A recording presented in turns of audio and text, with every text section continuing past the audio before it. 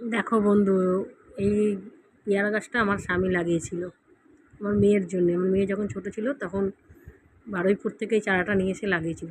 12 মাসেই গাছটায় পেয়ারা হয়, কোনো দিন পেয়ারা বন্ধ হয় না।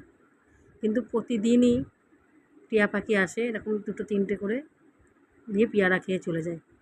আর রাত্রিবেলায় বাদুড় আসে প্রচুর। যাই হোক, দেখো পেয়ারা গাছটা এখনও আছে, কিন্তু আমার স্বামী নেই। আমার স্বামী 2 বছর হলো চলে গেছে আমাদের ছেড়ে। যাক, তার স্মৃতিটা আছে। তার এই হাতের লাগানো এই গাছটার পেয়ারাগুলো অন্তত এরা তো খাচ্ছে, এরা তো খেয়ে শান্তি পাচ্ছে, আর আমার স্বামীর আত্মাও শান্তি পাচ্ছে। আর কি বলবো তোমাদের, আর কিছু বলার নেই। এই যে দেখো তোমরা শুধু, এই একটা দেখো, আর একটাও আছে, আর একটাও ভিডিও করা আছে এর সাথে। প্রতিদিনই আসে।